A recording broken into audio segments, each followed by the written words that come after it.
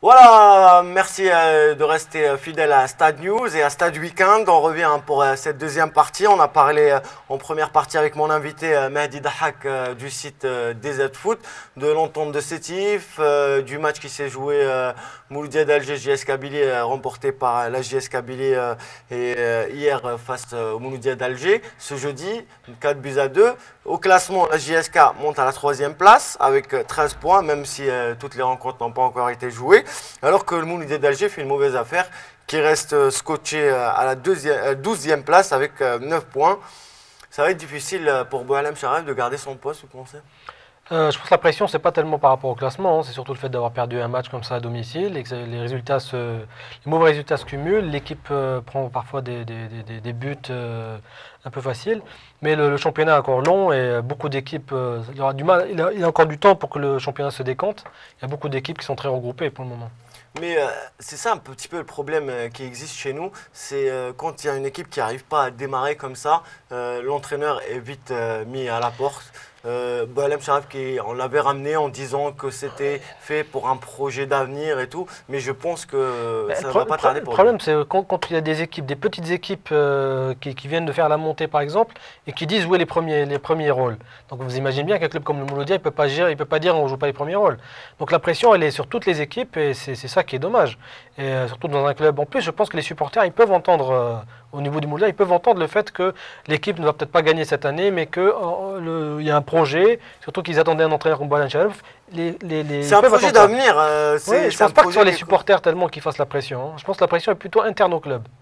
Ça existe depuis toujours, ça, pas dans tous les clubs, la pression interne des dirigeants et des dirigeants qui veulent, d'autres qui ne veulent pas. Oui, l'autre problème du Mouloudia, c'est qu'on ne sait pas vraiment qui décide.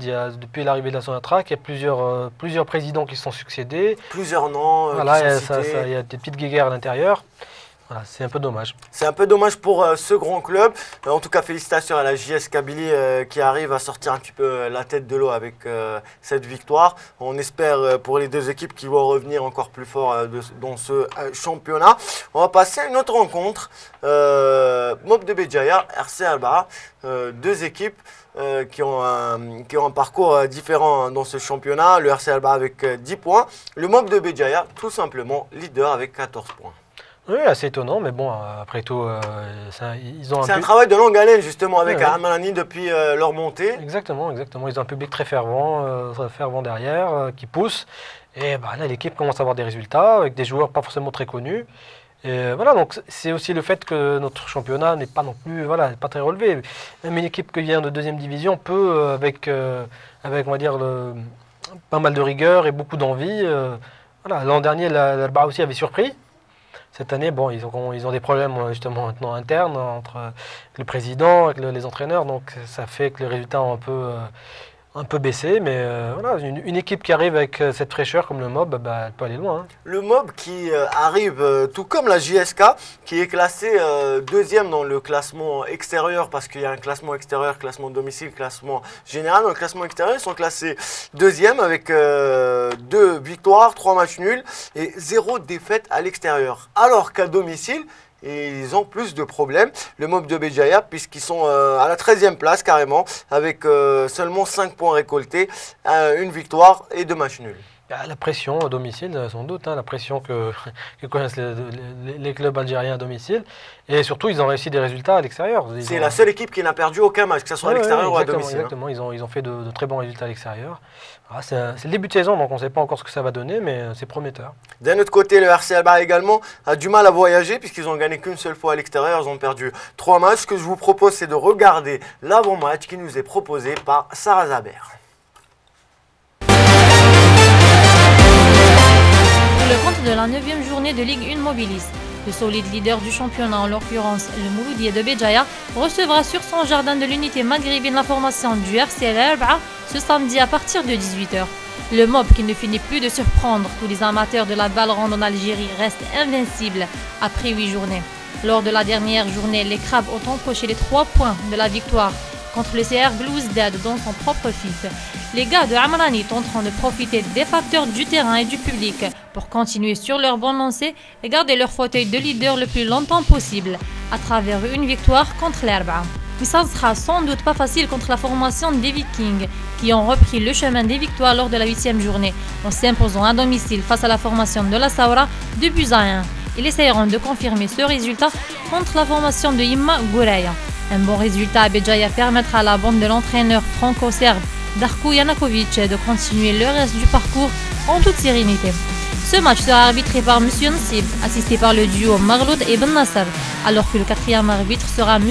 Hansal. On espère assister sûrement à de belles images dans les gradins de l'Union maghrébine, tout en espérant également que le rendement des deux équipes sur le terrain sera à la hauteur des attentes du public.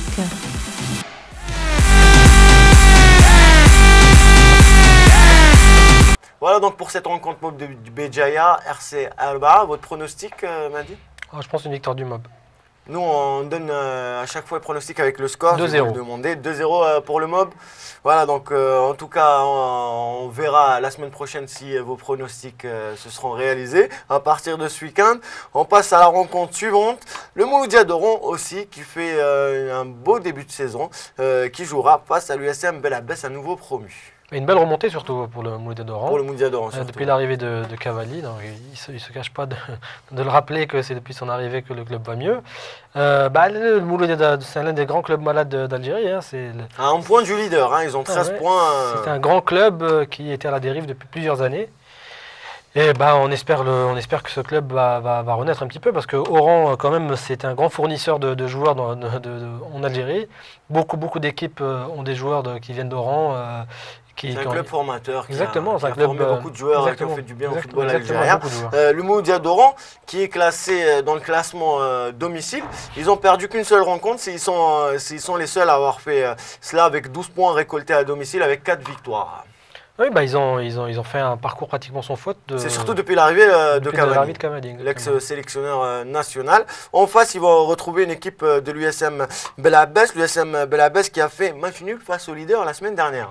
Oui, face à l'ex-leader, surtout, le CS Constantine. Exactement. C'est une équipe un peu instable, on n'arrive pas vraiment à la jauger. Il y a des résultats en dentier, des fois c'est de bons résultats. Énormément de changements de joueurs, l'effectif a été changé pratiquement à 80 ou 90%. Donc on sait pas. Ils ont amené des joueurs d'expérience, à l'image de Bouguèche qui fait. Oui, mais il y avait déjà des joueurs d'expérience. Ceux qui les ont fait monter, c'est déjà des joueurs d'expérience, comme Farouk Belkaïd. Beaucoup de ces joueurs ont été enlevés. Ils ont ramené d'autres joueurs. Donc je ne sais pas, on va voir ce que peut donner une politique pareille. USM Belabès avec 10 points, 10e pour le moment au classement. Vous pensez que c'est l'équipe qui va pouvoir tenir le rythme tout au long de la saison? Je pense que ça sera compliqué quand même pour eux. Ça sera compliqué pour eux, mais en tout cas, ils sont en train de grappiller les points qu'il faut pour le maintien en ce début de saison. Ils vont sans doute se maintenir, mais ils vont jouer le milieu de tableau. On va regarder le sujet qui nous est préparé par Nabil Saïdi.